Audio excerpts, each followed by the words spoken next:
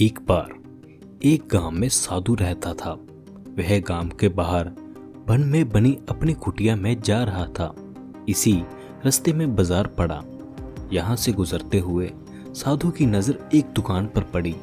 यहाँ पर कई सारी टोकरियाँ पड़ी हुई थी। उन टोकरियों में खजूर रखे हुए थे।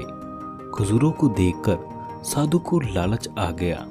उसका मन खजूर खाने को करने लगा, लेकिन उसके पास पैसे नहीं थे। ऐसे में उसे अपने मन को काबू में रखना पड़ा। फिर वह कुटिया की तरफ चल दिया। साधु अपनी कुटिया पहुंच गया, लेकिन फिर भी खजूर खाने का विचार मन से नहीं गया। वह लगातार इसी बारे में सोचता रहा। वह ठीक से सो भी नहीं पा रहा था। अगली सुबह वह जागा और फिर से खजूर खाने के बारे में सोचने लगा। उसने सोचा, खजूर खाने हैं तो पैसे तो चाहिए ही होंगे। ऐसे में साधु सूखी लकड़ियां बेचकर खजूर खरीदने लायक पैसे को जमा कर पाया।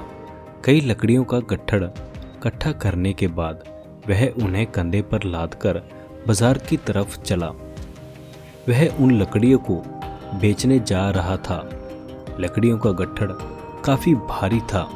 उसके लिए उन्हें लादकर आसान नहीं था, लेकिन फिर भी साधु चलता गया। कुछ देर चलने के बाद उसके कंधे में दर्द होने लगा। ऐसे में वह कुछ देर चलने के बाद आराम करने के लिए रुक गया। आराम करने के बाद वह फिर चल गया। वहां रुक कर किसी तरह लकड़ियों के गट्ठड़ के साथ बाजार पहुंचा। वहां उसने सारी लकड़ियां बेच दी। अब इतने पैसे तो इकट्ठा हो ही गए थे कि वह खजूर खरीद सके। पैसे लेकर वो खजूर की दुकान में पहुंचा। सारे पैसे देकर उसने खजूर खरीद लिया। खजूर लेकर वो कुटिया की तरफ चल पड़ा। कुटिया की तरफ जाते जाते उसके मन में विचार आया कि आज खजूर खाने की इच्छा हुई तो मैंने खजूर खरीद लिया। कल किसी और चीज़ की इच्छा होगी, कभी नए कपड़े और कभी नया घर आदि। उसने सोचा कि वो तो साधु व्यक्ति है। इस तरह इच्छाओं के तले वह कब तक जिएगा? वो कब तक इच्छाओं का दास बना रहेगा? जैसे ही उसने यह सोचा तो उसने खजूर त्यागने का फैसला किया। रास्ते में गुजरते हुए एक गरीब व्यक्ति को साधु ने खजूर दे दिया। इस तरह वह खुद की इच्छाओं का दास बनने से बच गया। सीख: हम सभी को अपनी इच्छाओं पर नियंत्रण पाना चाहिए। अगर ऐसा ना किया गया तो व्यक्ति अपनी इच्छाओं का दास बन जाता है।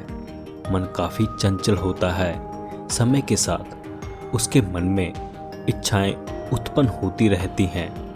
ऐसे में इच्छाओं पर नियंत्रण रखना बेहद आवश्यक है। अगर कोई ज़रूरत बहुत ज़रूरी हो तो ही उसकी पूर्ति की जानी चाहिए। दोस्तों, अगर आपको यह कहानी अच्छी लगी हो, इसे अपने फ्रेंड्स और फैमिली में ज़रूर शेयर करें। लाइक करें हमारी वीडियो को। हमारे YouTube चैनल को सब्सक्राइब करना ना भूलें। तो मिलता हूँ इसी तरह की और किसी अच्छी कहानी के साथ। तब तक के लिए नमस्कार दोस्तों।